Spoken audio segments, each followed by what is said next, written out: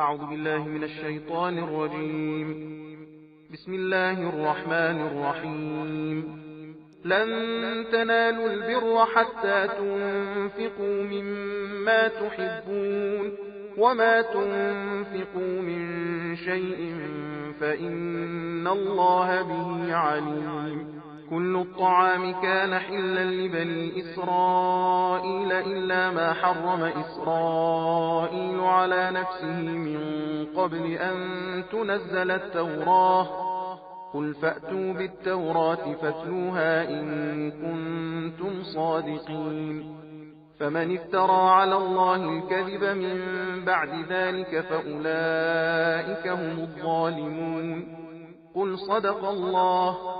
فاتبعوا ملة إبراهيم حنيفا وما كان من المشركين. إن أول بيت وضع للناس للذي ببكة مباركا وهدى للعالمين. فيه آيات بينات مقام إبراهيم ومن دخله كان آمنا. ولله على الناس حج البيت من استطاع إليه سبيلا ومن كفر فإن الله غني عن العالمين. قل يا أهل الكتاب لم تكفرون بآيات الله والله شهيد على ما تعملون. قل يا أهل الكتاب لم تصدون عن سبيل الله من آمن تبغونها عوجا وأنتم شهداء وما الله بغافل عما تعملون. يا أيها الذين آمنوا إن تطيعوا فريقا من الذين أوتوا الكتاب يردوكم بعد إيمانكم كافرين. وكيف تكفرون وأنتم تتلى عليكم آيات الله وفيكم رسوله ومن يعتصم بالله فقد هدي إلى صراط مستقيم. يا أيها الذين آمنوا اتقوا الله حق تقاته ولا تموتن إلا وأنتم مسلمون. واعتصموا بحبل الله جميعا ولا تفرقوا. واذكروا نعمة الله عليكم إذ كنتم أعداء فألف بين قلوبكم فأصبحتم بنعمته إخوانا وكنتم على شفا حفرة من النار فأنقذكم منها.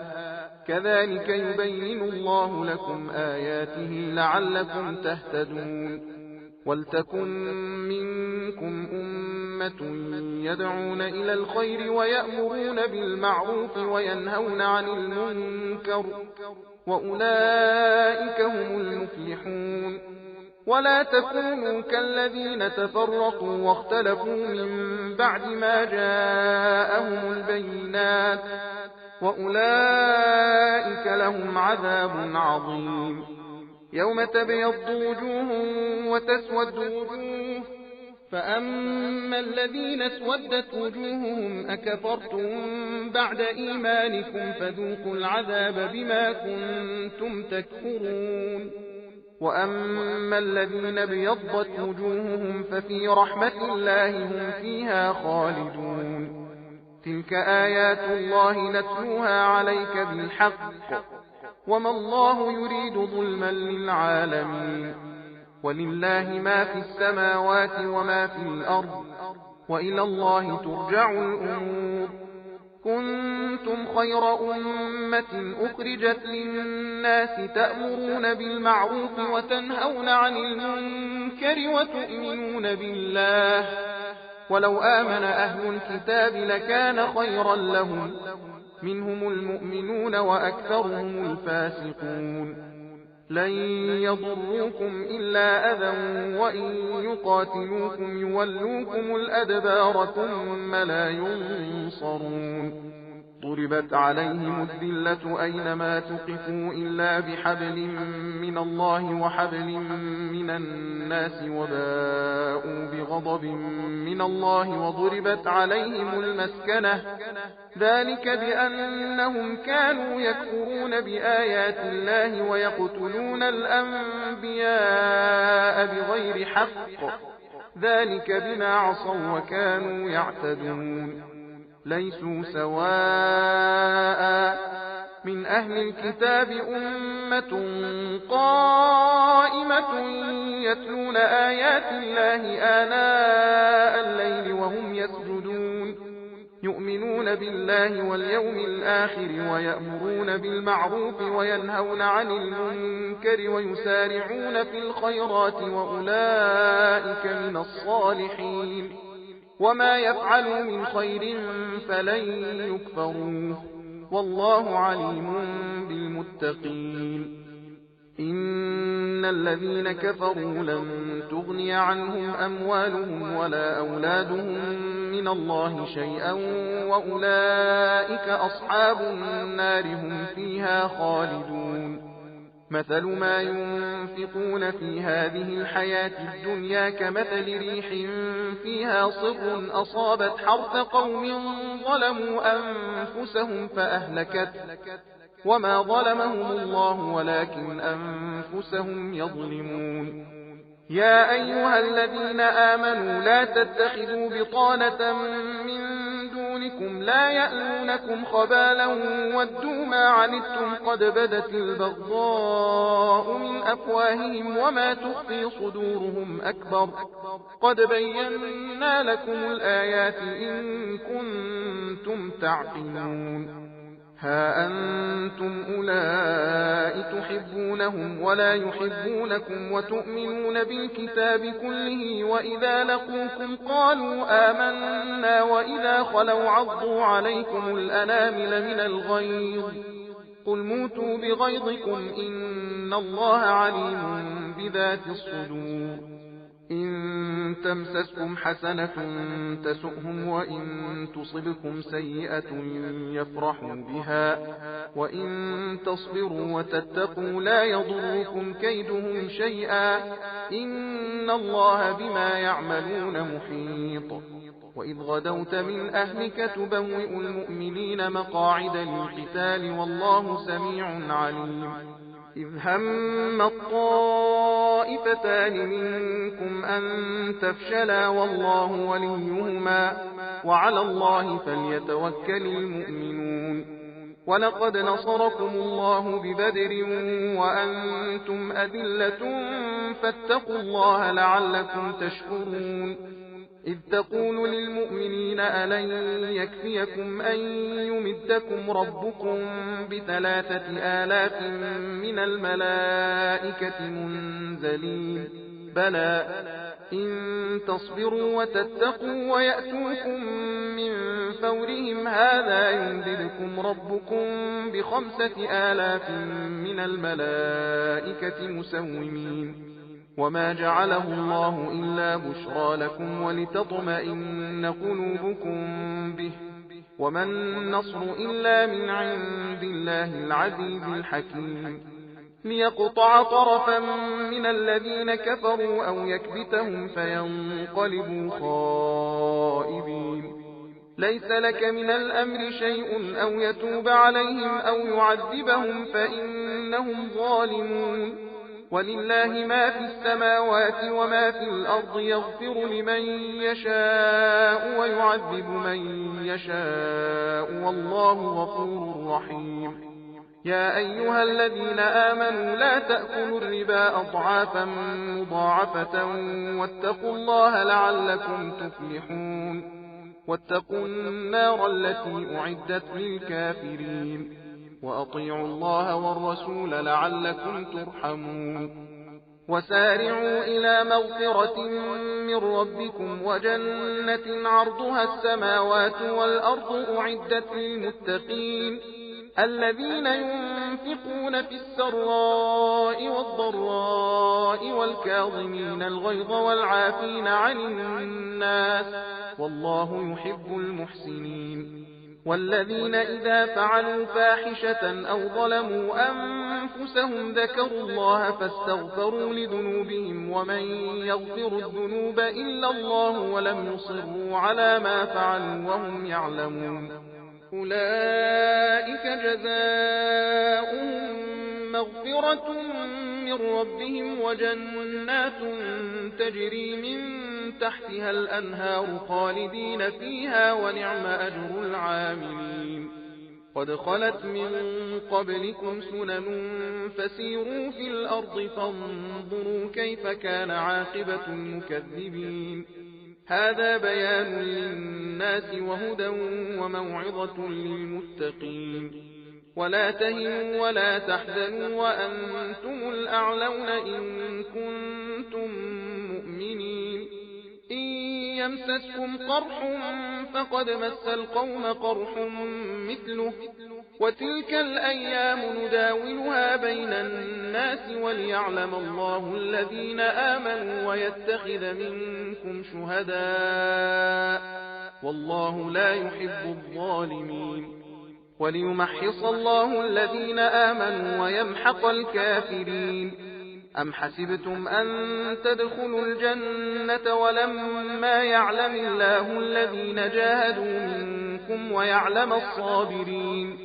ولقد كنتم تمنون الموت من قبل أن تلقوه فقد رأيتموه وأنتم تنظرون.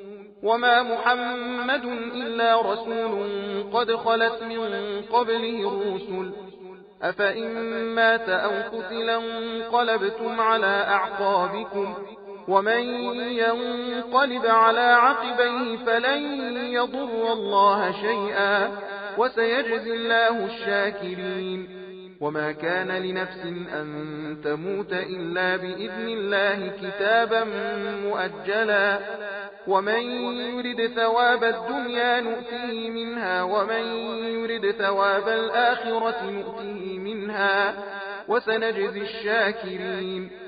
وكأي من نبي قاتل معه ربيون كثير فما وهنوا لما أصابهم في سبيل الله وما ضعفوا وما استكانوا والله يحب الصابرين. وما كان قولهم إلا أن قالوا ربنا اغفر لنا ذنوبنا وإسرافنا في أمرنا وثبت أقدامنا وانصرنا على القوم الكافرين. فآتاهم الله ثواب الدنيا وحسن ثواب الآخرة والله يحب المحسنين. يا أيها الذين آمنوا إن تطيعوا الذين كفروا يردوكم على أعقابكم فتنقلبوا خاسرين بل الله مولاكم وهو خير الناصرين. سنلقي في قلوب الذين كفروا الرعب بما أشركوا بالله ما لم ينزل به سلطانا ومأواهم النار وبئس مثوى الظالمين. ولقد صدقكم الله وعده إذ تحسونهم بإذنه حتى إذا فشلتم وتنازعتم في الأمر وعصيتم من بعد ما أراكم ما تحبون منكم من يريد الدنيا ومنكم من يريد الآخرة ثم صرفكم عنهم ليبتليكم ولقد عفا عنكم والله ذو فضل على المؤمنين. إذ تصعدون ولا تلوون على أحد والرسول يدعوكم في أخراكم فأثابكم غما بغم لكي لا تحزنوا على ما فاتكم ولا ما أصابكم والله خبير بما تعملون. ثم أنزل عليكم من بعد الغم أمنة نعاسا يغشى طائفة منكم وطائفة قد أهمتهم أنفسهم يظنون بالله غير الحق ظن الجاهلية يقولون هل لنا من الأمر من شيء قل إن الأمر كله لله يخفون في أنفسهم ما لا يبدون لك يقولون لو كان لنا من الأمر شيء ما قتلنا هاهنا قل لو كنتم في بيوتكم لبرز الذين كتب عليهم القتل إلى مضاجعهم وليبتلي الله ما في صدوركم وليمحص ما في قلوبكم والله عليم بذات الصدور. إن الذين تولوا منكم يوم التقى الجمعان إنما استزلهم الشيطان ببعض ما كسبوا ولقد عفى الله عنهم إن الله غفور حليم. يا أيها الذين آمنوا لا تكونوا كالذين كفروا وقالوا لإخوانهم إذا ضربوا في الأرض أو كانوا غزا لو كانوا عندنا ما ماتوا وما قتلوا ليجعل الله ذلك حسرة في قلوبهم والله يحيي ويميت والله بما تعملون بصير. ولئن قتلتم في سبيل الله أو متم لمغفرة من الله ورحمة خير مما يجمعون. ولئن متم أو قتلتم لإلى الله تحشرون. فبما رحمة من الله لنت لهم ولو كنت فظا غليظ القلب لانفضوا من حولك فاعف عنهم واستغفر لهم وشاورهم في الأمر فإذا عزمت فتوكل على الله إن الله يحب المتوكلين. إن ينصركم الله فلا غالب لكم وإن يخذلكم فمن ذا الذي ينصركم من بعده وعلى الله فليتوكل المؤمنون. وما كان لنبي أن يغل ومن يغل يأت بما غل يوم القيامة ثم توفى كل نفس ما كسبت وهم لا يظلمون. أفمن اتبع رضوان الله كمن باء بسخط من الله ومأواه جهنم وبئس المصير. هم درجات عند الله والله بصير بما يعملون. لقد من الله على المؤمنين إذ بعث فيهم رسولا من أنفسهم يتلو عليهم آياته ويزكيهم ويعلمهم الكتاب والحكمة وإن كانوا من قبل لفي ضلال مبين.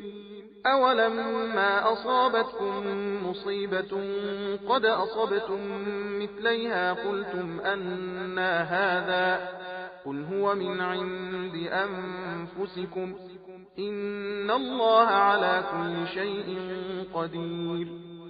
وما أصابكم يوم التقى الجمعان فبإذن الله وليعلم المؤمنين وليعلم الذين نافقوا. وقيل لهم تعالوا قاتلوا في سبيل الله أو ادفعوا قالوا لو نعلم قتالا لاتبعناكم هم للكفر يومئذ أقرب منهم للإيمان يقولون بأفواههم ما ليس في قلوبهم والله أعلم بما يكتمون.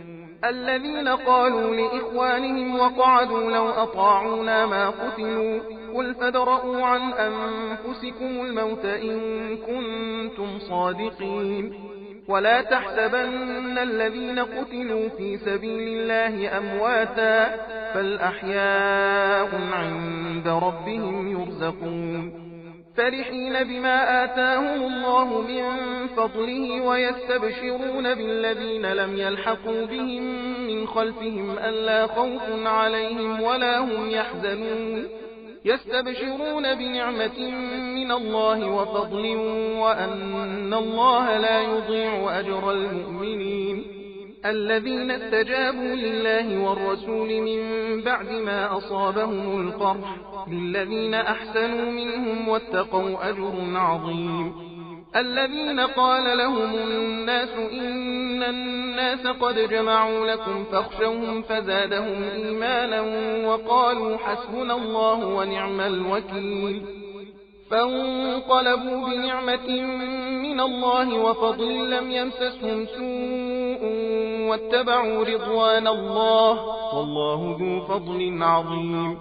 إنما ذلكم الشيطان يخوف أولياءه فلا تخافوهم وخافون إن كنتم مؤمنين.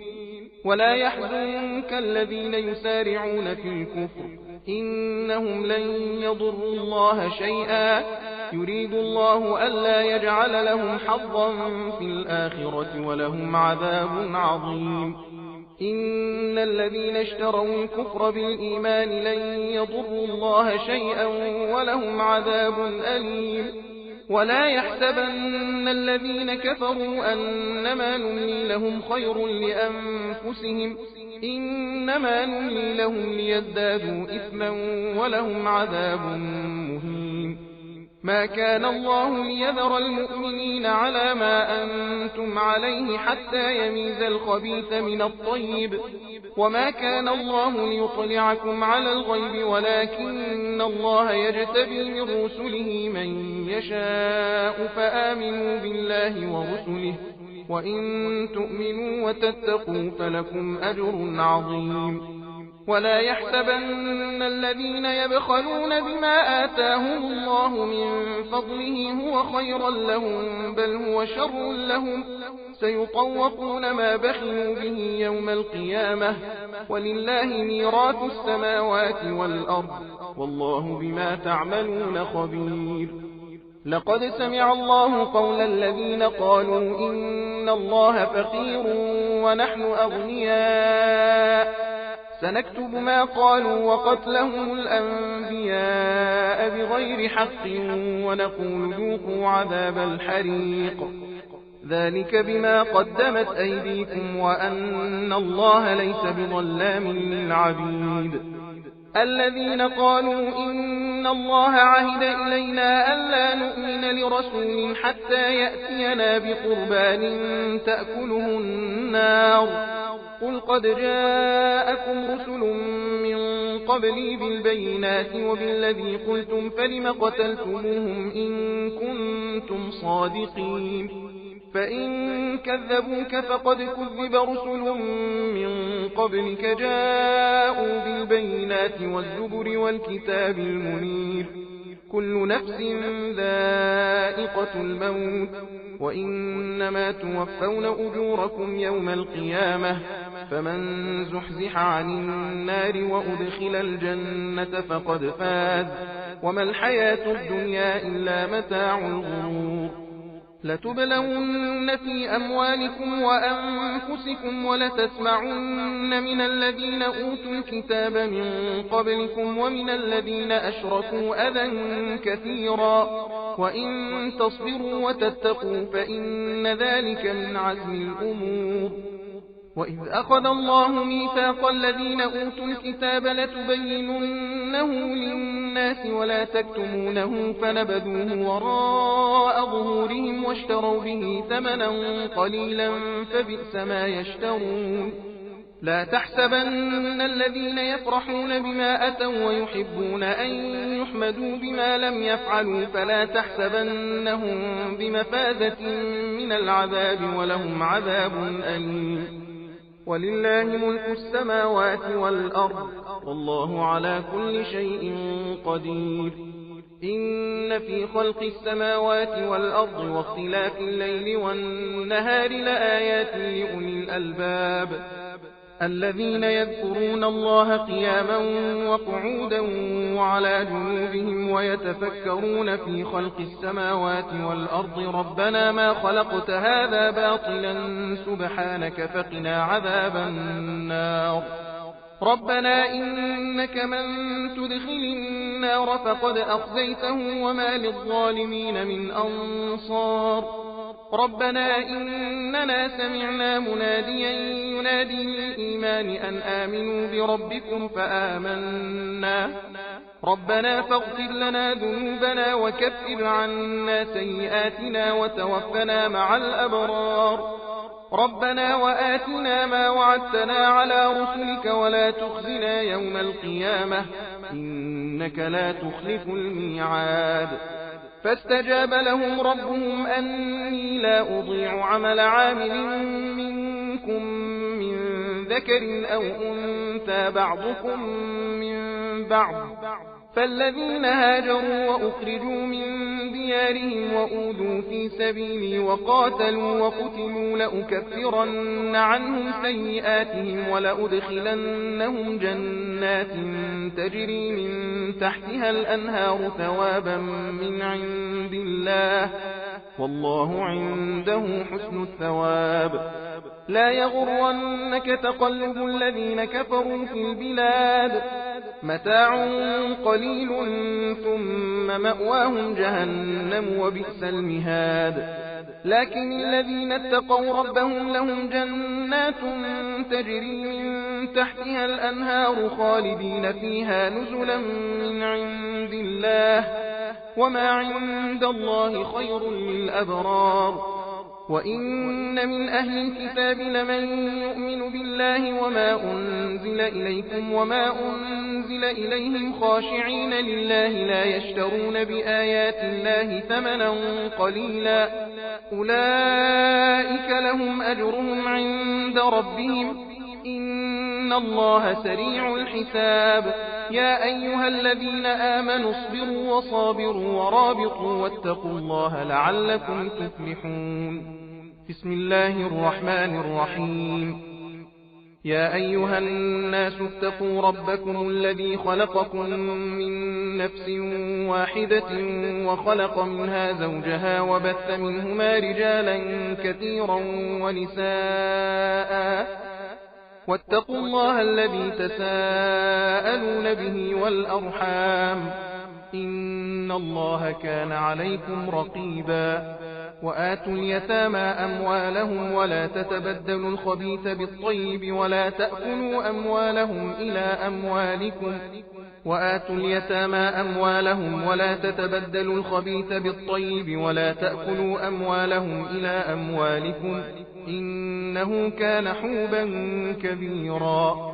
وإن خفتم ألا تقسطوا في اليتامى فانكحوا ما طاب لكم من النساء مثنى وثلاث ورباع، فإن خفتم ألا تعدلوا فواحدة أو ما ملكت أيمانكم ذلك أدنى ألا تعولوا. وآتوا النساء صدقاتهن نحلة، فإن طبن لكم عن شيء منه نفسا فكلوه هنيئا مريئا. ولا تؤتوا السفهاء أموالكم التي جعل الله لكم قياما وارزقوهم فيها واكسوهم وقولوا لهم قولا معروفا.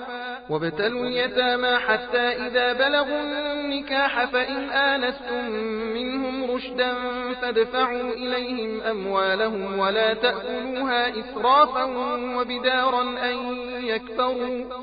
ومن كان غنيا فليستعفف ومن كان فقيرا فليأكل بالمعروف. فإذا دفعتم إليهم أموالهم فأشهدوا عليهم وكفى بالله حسيبا. للرجال نصيب مما ترك الوالدان والأقربون وللنساء نصيب مما ترك الوالدان والأقربون مما قل منه أو كثر نصيبا مفروضا. وإذا حضر القسمة أولو القربى واليتامى والمساكين فارزقوهم منه وقولوا لهم قولا معروفا. وليخشى الذين لو تركوا من خلفهم ذرية ضعافا خافوا عليهم فليتقوا الله وليقولوا قولا سديدا.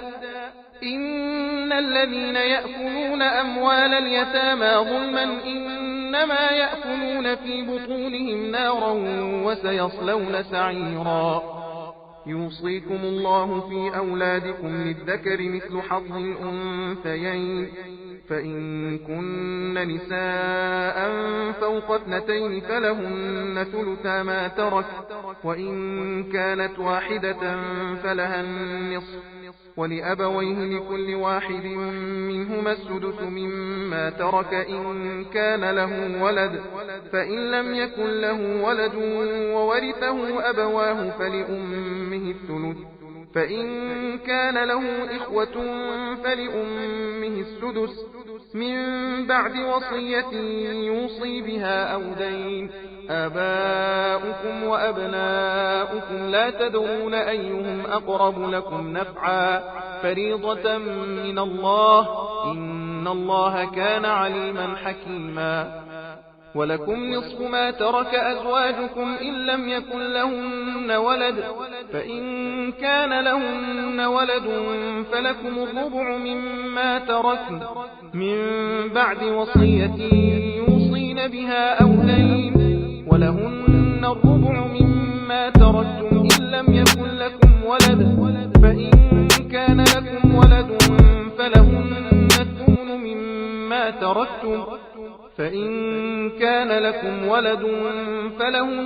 الثمن مما تركتم من بعد وصية توصون بها أو دين. وإن كان رجل يورث كلالة أو امرأة وله أخ أو أخت فلكل واحد منهما السدس، فإن كانوا أكثر من ذلك فهم شركاء في الثلث من بعد وصية يوصى بها أو دين غير مضار، وصية من الله والله عليم حليم. تلك حدود الله، ومن يطع الله ورسوله يدخله جنات تجري من تحتها الأنهار خالدين فيها، وذلك الفوز العظيم. ومن يعص الله ورسوله ويتعد حدوده يدخله نارا خالدا فيها وله عذاب مهين. واللاتي يأتين الفاحشة من نسائكم فاستشهدوا عليهن 4 منكم، فإن شهدوا فأمسكوهن في البيوت حتى يتوفاهن الموت أو يجعل الله لهن سبيلا. واللذان يأتيانها منكم فآذوهما، فإن تابا وأصلحا فأعرضوا عنهما، إن الله كان توابا رحيما. إنما التوبة على الله للذين يعملون السوء بجهالة ثم يتوبون من قريب فأولئك يتوب الله عليهم، وكان الله عليما حكيما. وليست التوبة للذين يعملون السيئات حتى إذا حضر أحدهم الموت قال إني تبت الآن، ولا الذين يموتون وهم كفار، أولئك أعتدنا لهم عذابا أليما. يا أيها الذين آمنوا لا يحل لكم أن ترثوا النساء كرها، ولا تعضلوهن لتذهبوا ببعض ما آتيتموهن إلا أن يأتين بفاحشة مبينة، وعاشروهن بالمعروف، فإن كرهتموهن فعسى أن تكرهوا شيئا ويجعل الله فيه خيرا كثيرا. وإن أردتم استبدال زوج مكان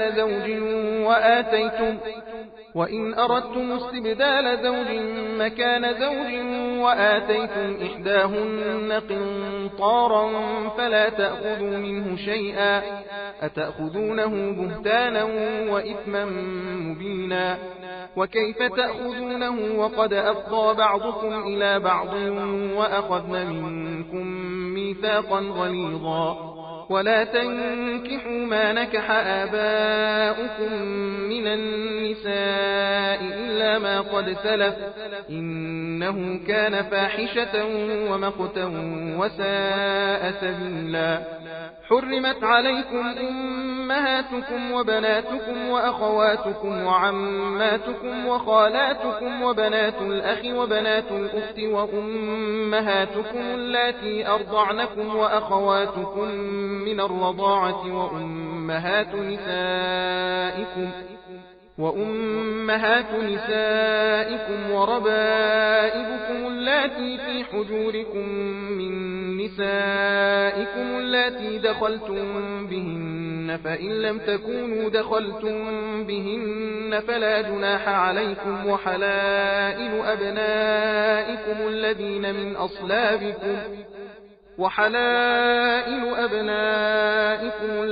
من أصلابكم وأن تجمعوا بين الأختين إلا ما قد سلف، إن الله كان غفورا رحيما. صدق الله العلي العظيم.